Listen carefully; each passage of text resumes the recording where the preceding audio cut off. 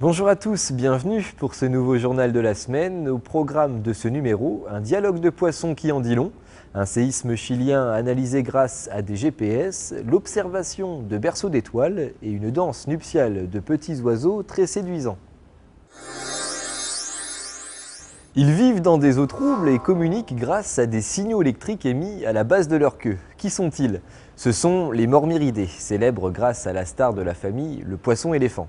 Mais il en existe bien d'autres. Cette famille regroupe plus de 200 espèces. Mais comment se fait-il qu'il y en ait autant? Eh bien, une étude scientifique vient de répondre à cette question.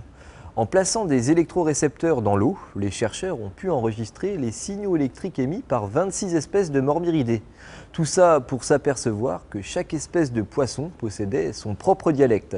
Écoutez par exemple celui d'une espèce gabonaise.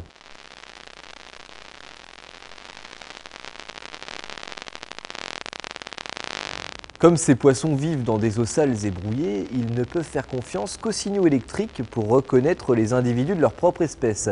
Or, en regardant d'un peu plus près le cerveau de ces poissons, et en particulier une région impliquée dans la reconnaissance des signaux électriques, les chercheurs se sont aperçus que cette zone cérébrale jouait un rôle important dans l'apparition de nouvelles espèces.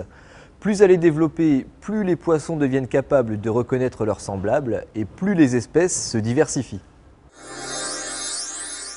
Lorsqu'en février 1835, Charles Darwin arrive au Chili à bord d'un navire de la Royal Navy, le naturaliste anglais ne se doute pas qu'il va être le témoin de l'un des plus grands séismes de l'histoire du pays. Le 20 février à 11h30, la ville de Valdivia, située au sud de la cordillère des Andes, est secouée par un violent tremblement de terre. Dans son carnet de bord, Robert Fitzroy, le capitaine du bateau, note ce qu'il se passe autour de lui. Mouvement du sol, tsunami, destruction des bâtiments, nous sommes là dans les prémices de l'histoire de la sismologie. Depuis, les mesures au Chili n'ont jamais cessé. Aujourd'hui, les séismes y sont étudiés grâce à un réseau de stations GPS déployées dans tout le pays. Du coup, le séisme de magnitude 8,8 qui a touché le Chili le 27 février 2010 est le premier séisme de grande ampleur au monde à avoir été enregistré si précisément. Autant d'informations qu'une équipe franco-chilienne a pu utiliser pour réaliser cette modélisation. Elle permet d'observer l'évolution du tremblement de terre seconde après seconde. Le temps zéro représente le point de départ du séisme. Dès lors, les ondes sismiques se propagent à la fois vers le nord et vers le sud du pays. Les flèches rouges montrent les mouvements des différentes stations GPS. Si certaines ne se déplacent que de quelques centimètres, d'autres terminent leur course 5 mètres plus loin que leur poste d'origine. Selon les chercheurs, mieux comprendre les tout premiers instants d'un séisme devrait permettre d'évaluer plus rapidement sa magnitude et de ce fait prévenir les populations du risque encouru le plus tôt possible. Quittons la Terre quelques instants pour nous intéresser aux nuages de gaz et de poussière dans lesquels naissent les étoiles. Avec le satellite Hubble, ces nébuleuses nous apparaissaient opaques. Désormais, grâce au télescope spatial européen Herschel, lancé il y a 2 ans, ces berceaux d'étoiles nous offrent un tout autre visage.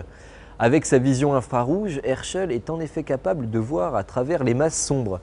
À l'intérieur de ces nébuleuses, il a ainsi pu mettre en évidence la présence de longs filaments de plusieurs années-lumière de longueur. Quand on sait qu'une seule année-lumière représente environ 10 000 milliards de kilomètres, je vous laisse faire le calcul. Selon les chercheurs, ces filaments jouent un rôle clé dans la formation des étoiles. Ce sont en effet à l'intérieur des plus denses d'entre eux qu'apparaissent les plus jeunes étoiles. Les astronomes avancent dès lors une hypothèse. Sous l'effet de turbulences dans l'univers, ces filaments de gaz et de poussière se forment mais s'enchevêtrent. Et sous l'effet de la gravité, finissent par se condenser pour donner naissance à des étoiles. Si ce n'est pour l'instant qu'une hypothèse, l'étude d'autres nébuleuses devrait permettre de préciser ce scénario. Quelques jours après le grand mariage princier anglais, parlons d'une autre parade nuptiale, celle du mannequin à cuisses jaunes, une espèce de passereau de la famille des pipridés. À l'aide de caméras ultra rapides capables d'enregistrer 125 images par seconde, des chercheurs ont filmé durant 3 ans le comportement de ces oiseaux. En Amérique centrale, le long du canal de Panama, ils ont observé plusieurs mâles effectuer des jump snaps, des petits sauts de branche en branche à très vive allure.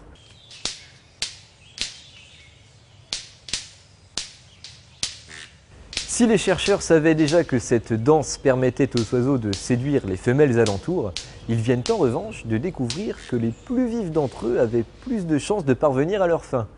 Comme l'explique l'équipe de recherche, si certaines d'entre les femelles sont plus attirées par la taille, la couleur ou la morphologie d'un mâle, d'autres sont impressionnées par sa vitesse, symbole de sa vitalité et reflet d'une meilleure capacité de reproduction.